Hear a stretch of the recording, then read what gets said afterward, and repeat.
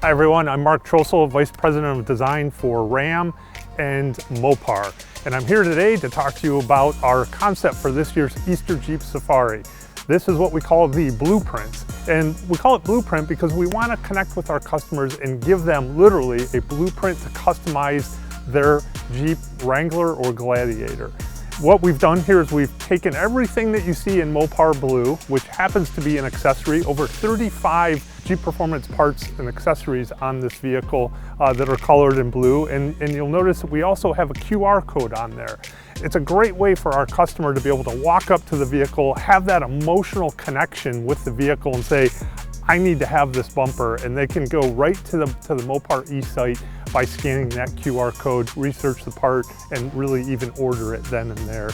We've gone so far as to really highlight everything that's available to the customer, down to our beadlock capable wheels on the driver's side, and the passenger side we're actually showing the alternative wheels that are available for our customers. We have on this vehicle our tube doors, and on the passenger side we're actually showing another accessory that comes along with it, which is the overlay netting that goes over top of this. So it really lets the customer see exactly the differences that they can order and purchase for themselves.